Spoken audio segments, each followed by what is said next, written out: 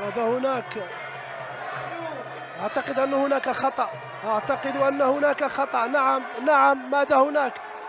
خطأ بالنسبة للحكام. طبعا هناك خطأ بالنسبة للحكام لأن المغربية حسمتها. نعم كان خطأ من ربما مذيع الحلبة أخطأ في ربما قراءة اسم الفائز، لأنه طبيعي لأن المغربية فازت في جولتين. هنيئا لأميمة بالحبيب وحد موفق للفرنسية فابيا لاميا بن مساهل. جولتان الأولى والثانية طبعا الفرنسية كانت قد عادت